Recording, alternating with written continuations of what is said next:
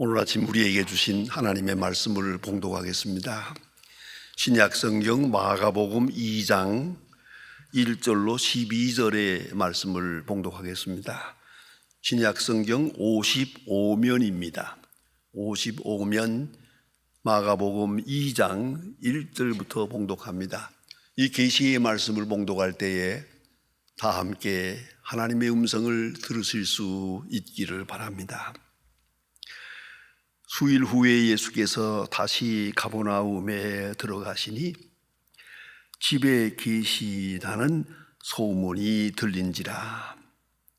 많은 사람이 모여서 문 앞까지 들어설 자리가 없게 되었는데 예수께서 그들에게 도를 말씀하시더니 사람들이 한 중풍병자를 4사람이에게 메워 가지고 예수께로 올세. 무리들 때문에 예수께 데려갈 수 없으므로 그 계신 곳에 지붕을 뚫어 구멍을 내고 중풍자가 누운 상을 달아내리니 예수께서 그들의 믿음을 보시고 중풍병자에게 이르시되 작은 자야 내 죄의 사함을 받았느니라 하시니 어떤 서기관이 거기서 앉아서 마음에 생각하기를 이 사람이 어찌 이렇게 말하는가? 신성모독이로다. 오직 하나님 한 분 외에는 누가 능히 죄를 사하겠느냐? 그들이 속으로 이렇게 생각하는 줄을 예수께서 곧 중심에 아시고 이르시되 어찌하여 이것을 내 마음에 생각하느냐? 중풍병자에게 내 죄 사함을 받았느니라 하는 것 말과 일어나 내 상을 가지고 걸어가라 하는 말 중에서 어느 것이 쉽겠느냐? 그러나 인자가 땅에서 죄 사하는 권세가 있는 줄을 너희로 알게 하려 하노라 하시고 중풍병자에게 말씀하시되 내가 네게 이르노니 일어나 네 상을 가지고 집으로 가라 하시니 그가 일어나 그 상을 가지고 모든 사람 앞에서 나아가거늘 그들이 다 놀라 하나님께 영광을 돌리며 이르되 우리가 이런 일을 도무지 보지 못하였다 하더라. 아멘. 오래전에 미국에서 있었던 실화입니다. 많은 사람에게 깊은 감동을 준 특별한 사건입니다. 한 사람 살인범이 재판정에서 사형 언도를 받았습니다. 미국에서는 사형 언도가 되면 바로 집행됩니다. 이 사람의 형은 아주 유명한 사람입니다. 고위 공직에 있을 뿐만 아니라 나라에 큰 공을 세운 유명한 사람입니다. 형은 동생을 생각하며 너무 안타까워서 많이 생각하다가 대통령을 찾아가서 사면 요청을 합니다. 대통령은 형의 공로를 생각해서 사면을 허락하고 사면장을 주었습니다. 그것을 이 형은 주머니에 넣고 동생을 찾아갔습니다. 감옥에 찾아가서 동생을 면회하고 이렇게 말합니다. 만약에 내가 사면된다면 무엇을 하고 싶으냐? 동생은 살기등등한 얼굴로 대답합니다. 제일 먼저 나에게 사형 선고를 한 판사를 죽이겠습니다. 그 다음에 나에게 불리한 증언을 한 증인들을 찾아가서 죽이겠습니다. 형님은 기가 막혔습니다. 조용히 돌아서서 사면장을 찢어버렸습니다. 여러분, 사람은 일생 동안 사는 중에 언제나 양심의 문을 두드리고 우리 영혼의 문을 두드려서 회개를 재촉하는 음성을 듣습니다. 성경을 읽을 때 내 죄가 보입니다. 회개를 재촉합니다. 기도할 때 회개하라는 음성이 들립니다. 설교 말씀 들을 때 확실하게, 종종, 강하게 회개를 재촉합니다. 그 주시는 말씀에 우리가 어떻게 응답하느냐, 그것이 문제입니다. 오늘 본문에는 한 중풍병자가 예수님께 나와서 병을 고치고 구원받았다 하는 이야기가 있습니다. 예수님께서 병 고친 일은 한두 가지가 아니지 않습니까? 성경에 가득하게 많은 병자들이 있습니다만은 또 그 사건이 있으나 오늘 본문에 나타난 이 내용만은 특별한 사건입니다. 병자가 예수님께 나와서 병 고침 받았다. 그거야 성경의 전체 아닙니까만은 특별히 신학적으로 중요한 의미가 있는 사건입니다. 왜요? 이 사람은 처음부터 끝까지 침묵합니다. 내 병을 고쳐주세요라는 말도 없고, 고쳐주시니 감사합니다라는 말도 없고, 처음부터 끝까지 침묵입니다. 아무 말도 없습니다. 그러나 이 사람은 영적으로 주님과 소통하면서 큰 구원의 기쁨을 누리며 감사하며 돌아갑니다. 아주 중요한 사건입니다. 아마도 소문 중에서 예수에 대한 이야기를 들었던 것 같습니다.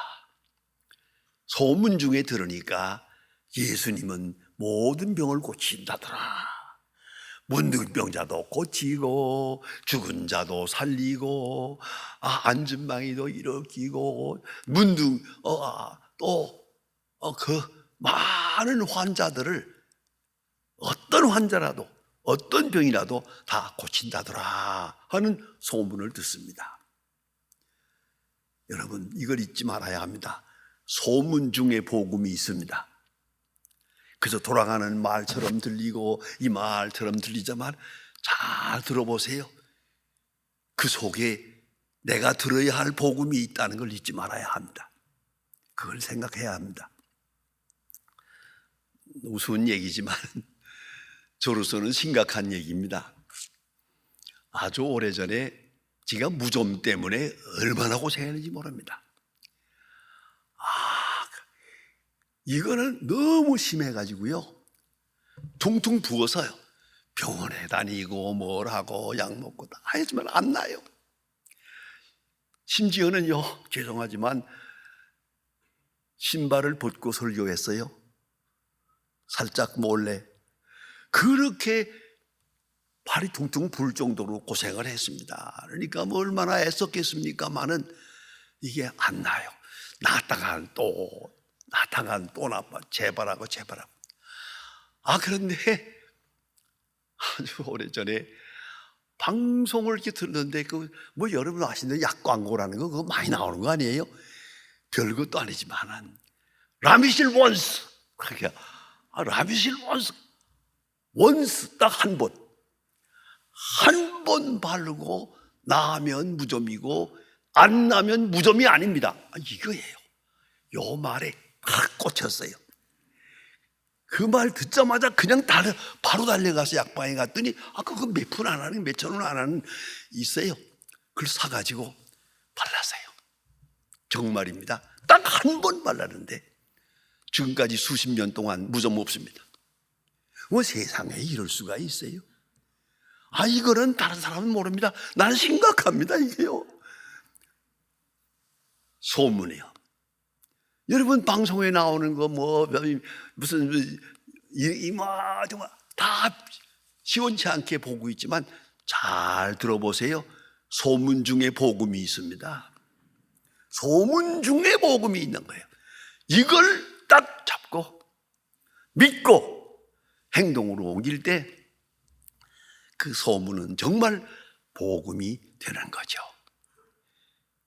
자, 여러분, 본래가 건강한 자에게는 의논이 쓸데없고 병든 자에게라야 쓰느니라. 참 그렇습니다. 병든 자라야 이 관심이 있죠. 미안하지만 무좀 안 걸려본 사람 알겠어요? 무좀을 걸려본 사람이 지금 말하는 이 한마디도 소중하게 듣는 거 아니겠어요? 그러니까 언제나 예수에 대한 복음은 충만하지만 정말로 죄인, 회개하는 죄인, 그리고 병든 자, 이분들만 관심 있게, 아주 관심 있게 이 소문을 듣게 되어 있는 거란 말입니다. 그래서 이 소문 중에 예수님은 어떤 병이라도 고친다더라 소문을 들었는데, 이 중풍병 환자 미루어 생각하건대 이 사람은 부자인 것 같고 또 상당한 고위층에 있는 사람 같이 보입니다. 또 많은 사람에게 존경도 받는 그런 사람인 듯 보입니다. 어쨌든 이 사람이 중풍병으로 오래 누워 있었는데 이 소문을 듣고 예수님께 가려고 합니다. 내가 예수님께 가야겠다. 여러분, 성경에 보면 여러 번 그런 일이 있습니다. 여기 환자가 있는데 환자는 놔두고 그 어머니가 예수님 앞에 나오기도 하고, 다른 사람이 예수님께 나와서 예수님, 제 딸이 병들었는데 고쳐주세요. 제 아들이 병들었는데 고쳐주세요. 이렇게 예수님에게 나와서 예수님을 모시고 가려고 하는 그런 사건은 여러 번 있습니다만은, 오버름지기 이 사람도 그럴 수 있는 사람이에요. 그러니까 예수님 모셔와라, 예수님 불러와라, 그럴 수 있지요. 얼마든지 그럴 수 있는 사람인데, 이 사람이요, 자기가 가야겠다고 생각합니다. 예수님을 모셔올 것이 아니라 내가 예수님께로 가야겠다. 아주 중요한 사람. 그 마음은 참으로 중요합니다. 오늘도 가만히 보면은 예수님이 내게 오기를 바라는 사람들이 많아요. 내가 예수님께 가려고 하지 않아요. 장소와 시간과 그 내용에 있어서 말입니다. 주님이 내 뜻을 알고 내 소원을 이루어지길 바라요. 아니, 내가 주님께 가서 주님의 소원을 이루어 드리겠다는 생각은 하지 않아요. 거기에 차이가 있는 거예요. 적극적이고 행동적인 사람이에요. 얼마든지 예수님 모셔올 수도 있어요. 그런데도 불구하고 그런 노력을 하지 않았습니다. 내가 가야겠다. 내가 가야겠다. 이게 예배자의 마음입니다. 여러분, 기도야 어디든지 할 수 있습니다. 미안하지만 잠자리에서도 할 수 있고 길거리에서도 할 수 있고 길 가면서도 일하면서도 할 수 있습니다. 아니요, 장소를 정하고 기도하는 곳으로 가야 됩니다. 예배하는 곳으로 가는 액션, 행동이 필요합니다. 저는 아주 중요하게 생각합니다. 이 교회에 와서 기도한다, 아주 중요하게 생각합니다. 우리 어머니는 제가 좀 속을 썩일 때마다 딱 한 말씀 하셨습니다. 어머니는 저를 때려본 일이 없습니다만은 그 한마디는 제일 무서운 말입니다. 내가 너를 위하여 10년 동안 교회에 나가서 새벽에 기도했노라. 10년 동안 기도하고 너를 낳았느니라. 그 말 한마디만 하면 저는 꼼짝을 못합니다. 여러분, 기도야 어디서도 할 수 있습니다. 그러나 만민의 기도하는 집으로 정한 교회에 나아가서 기도한다. 너무나 소중한 겁니다. 더욱 제가 마음 아파하는 건 있습니다. 제가 피란을 나올 때 교회가 폭격으로 말미암아 불타는 걸 보았습니다. 그리고 산을 넘었는데 교회는 불타서 없습니다. 그 뒤에 제가 한번 가보았습니다. 정말로 아무것도 없고 그 터만 있습니다. 그런데 저희 어머니는 돌아가실 때까지 그 불탄 예배당 터에서 기도했어요.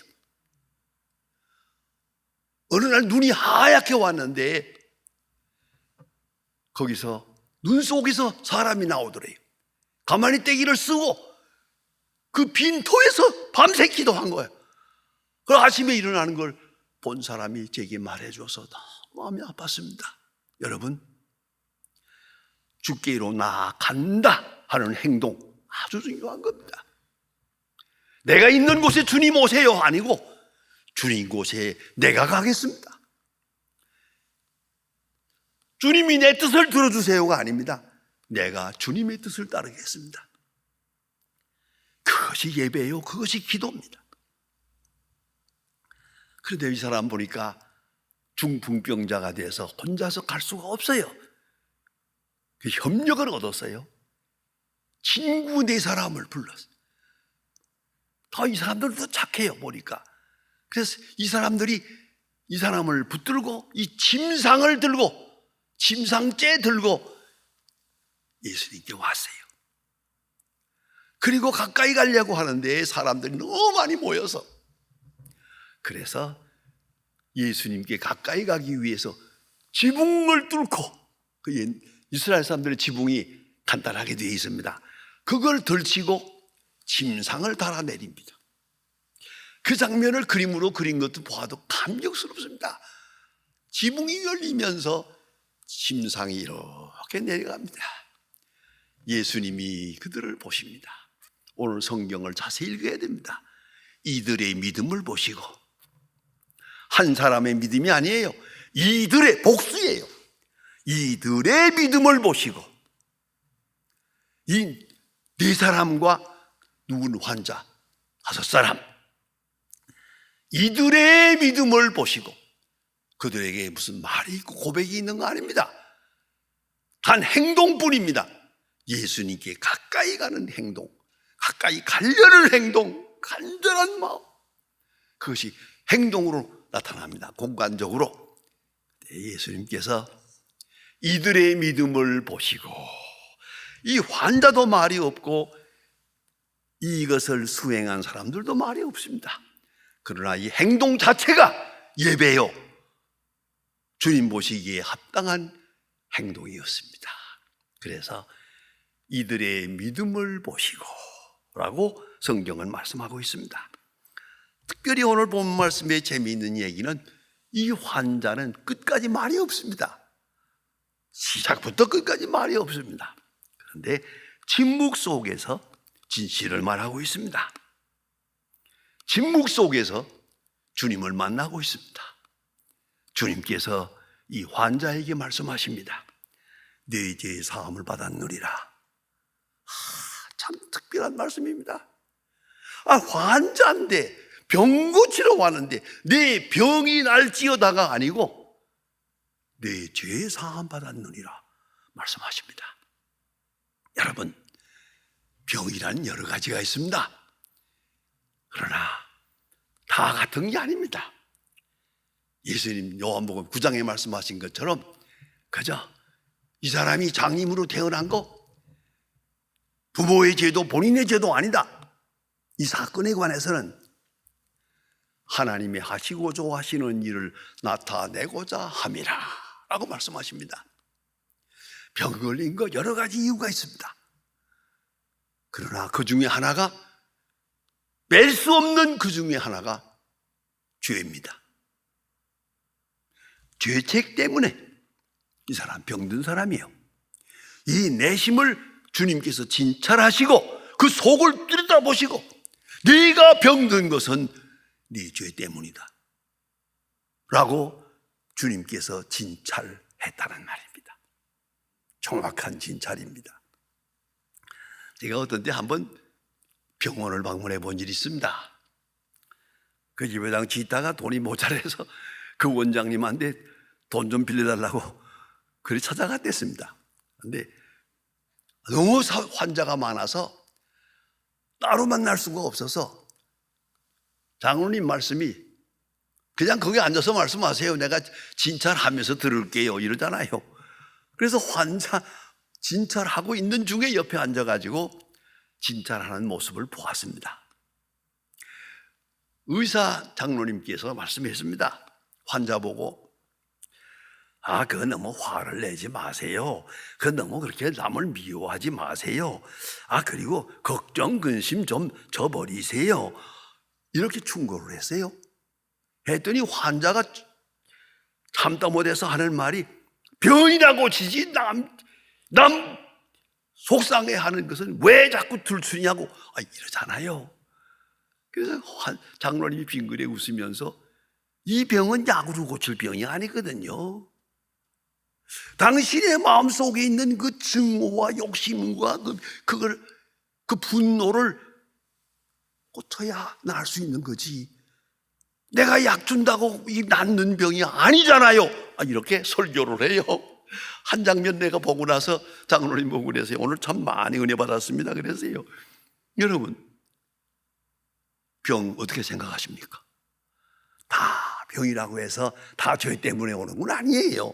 하지만은 다분히 죄 때문에 오는 병이 많습니다. 내 죄를 내가 알렸다. 그렇습니까?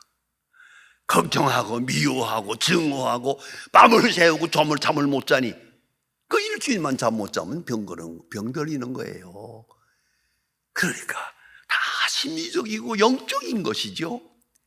근데 예수님은 이걸 관통해서 보시고 환자를 딱 보면서 이건 영적인 것이고 도덕적인 것이고 죄에 대한 문제다 생각해서 예수님은 이 환자를 향해서 정말 근본적인 치료를 하십니다. 네 죄 사함 받았느니라. 자, 이게 참 중요한 얘기입니다. 그런데 놀라운 것은 이 환자가 이것을 수용합니다. 반항이 없습니다. 보통 좀 거친 사람이라면 병이나 고치지 왜 내 죄는 들춥니까? 더구나 이 많은 사람 앞에서 내 죄통 없게 벌떡 일어나서 화를 낼 수 있지만은 그럴 수 있어요. 이 사람 인정합니다. 받아들입니다. 여러분 이걸 아셔야 됩니다. 내 혼자 있을 때는 내가 잘못한 거라 내가 압니다. 그저 내가 다 잘못한 것이 내 죄지. 근데 기도도 합니다. 내 죄라고 하다가 다른 사람이 말하기를 내가 죄 때문이라 화를 냅니다. 나만 죄인이야? 너도 죄인이지. 내가 너 때문에 이렇게 됐는데 확 돌아갑니다. 여러분 이걸 잊지 말아야 합니다. 내 죄를 내가 인정할 때 사람들이 나를 뭐라고 하느냐 중요하지 않습니다. 그 병판이 중요한 게 아닙니다. 이걸 극복해야 되는 것입니다. 이 사람 많은 사람이 그렇듯이 혼자서 있을 때는 회개도 하고 내 잘못이지 그저 내가 죽일 놈이지 라고 합니다만은 다른 사람들이 날들어 너 내 죄 때문에 내가 병들었다. 이거 참을 수 있습니까? 이거는 수용하기 어려운 것입니다. 그런데 예수님 아무 말씀도 인사도 없는데 이 환자를 보고 딱 한마디 네 죄 사함 받았느니라. 그 말 끝에 한마디가 있잖아요. 네 병은 네 죄 때문이다. 네 병은 네 죄 때문이다 라고 하는 예수님의 심판이 여기 있거든요. 예수님의 진단이 있거든요. 이걸 그대로 수용합니다. 많은 사람 앞에서 너는 죄인이다 하는 말을 받아들입니다. 너는 죄 때문에 병들었다 라고 하는 사실을 수용합니다. 겸손한 사람이에요. 이것이 믿음입니다. 이것이 회개입니다. 병중에서 죄책을 느끼지 않는 사람 없습니다. 제가 언제 한번 교인 가정을 신방했는데 독감에 걸려가지고 고생을 하고 있더라고요. 있는데 얼마나 어렵습니까? 그랬더니 다 내 죄 때문이지요. 그러더라고요. 그래서 내가 아니 그래도 좀 중한 병이 걸려가지고 회개도 해야지. 감기 정도 가지고 내 죄 때문이요. 그거 좀 소한 거 아니에요? 그랬더니 사실이거든요. 내가 내 죄를 압니다. 여러분 그걸 아셔야 됩니다. 내 심령 상태를 내가 압니다. 이걸 잊지 말아야 합니다. 이 사람은 많은 사람 앞에서 지금 부끄러움을 당하고 있습니다. 많은 수치심을 느끼고 수밖에 없는 처지입니다. 일반적으로 말하면 반항할 수도 있는 그런 시간입니다만은 이 사람은 침묵으로 받아들이고 있습니다. 조용히 받아들입니다. 그리고 네 죄 사함 받았느니라 하는 말을 감사하게 받고 그렇습니다. 여기 하나의 고백이 있습니다. 주님을 의사로 본 게 아니고 죄 사할 수 있는 하나님의 아들로 고백하는 시간입니다. 베드로의 고백이나 마찬가지입니다. 주는 그리스도시요 살아계신 하나님의 아들입니다. 그 고백이 여기 있는 겁니다. 죄 사함의 권세가 주님께 있음을 인정하는 시간입니다. 그 다위에 당장 시비가 비판이 나오지 않습니까? 저가 누구의 죄 사하느냐? 죄 사할 권세는 하나님밖에 없는데 감히 제가 누군데 죄 사할 수 있단 말이냐? 비판이 나옵니다. 그래서 예수님 말씀합니다. 죄 사함의 권세가 내게 있음을 보이리라. 그리고 일어나 가라. 이 병을 고치면서 죄 사함의 역사가 함께 확증되는 그런 시간입니다. 놀라운 말씀입니다. 우리가 매일매일 경험하는 것입니다. 사업이 실패할 때, 내 몸이 병들 때, 내 주변 환경이 어지러워질 때, 여러분 그 속에서 주님의 음성을 들어야 합니다. 주님의 손길을 느껴야 합니다. 그리고 우리의 새로운 신앙 고백이 있어야 합니다. 내 죄 사함 받았느니라 하는 음성이 들려야 합니다. 여러분 그걸 잊지 말아야 합니다. 요새는 그렇지 않습니다만 옛날엔 신방을 많이 했습니다. 제가 인천에서 목회할 때 하루에 평균 27집을 신방했으니까요. 신방을 많이 하면서 이 집 저 집 다니면서 가정 얘기도 듣고 기도하고 그랬습니다만 그거 할 때마다 많은 내가 은혜 받을 때가 많아요. 병들어서요. 참 안타까워요. 내가 능력이 있어서 일어나라 그러고 싶었으면 좋겠는데 그럴 능력도 없고 그저 위로하는 말하고 이렇게 지냅니다만은 내가 은혜 받는 게 뭔지 아십니까? 병들면서 하나님께 감사하는 거예요. 이 병든 것은 하나님이 나를 사랑하기 때문입니다. 사업이 실패하고도 내가 잘못된 길로 짐짓가고 있었는데 하나님께서 부도라고 하는 사건을 통해서 나를 징계해서 몸도 병들었지만 사업도 망했지만 영혼은 살 수 있게 했습니다. 그런 간증을 들을 때 신방 다니면서 은혜 많이 받을 때가 있습니다. 여러분 이 사람 죄 사함 받았습니다. 병 중에서 주의 음성을 들었고 주의 부름을 들었고 병 때문에 주님 앞에 나올 수 있었고 병 때문에 오늘 이 시간 내 죄 사함 받았느니라 하는 큰 사죄의 은총, 큰 축복을 누리는 사람이 되었습니다. 그리고 하나님께 영광을 돌렸습니다. 여러분, 조용하게 귀에 들리는 음성이 있어야 합니다. 내 죄 사함 받았느니라. 그것이 복음입니다. 기도하십시다.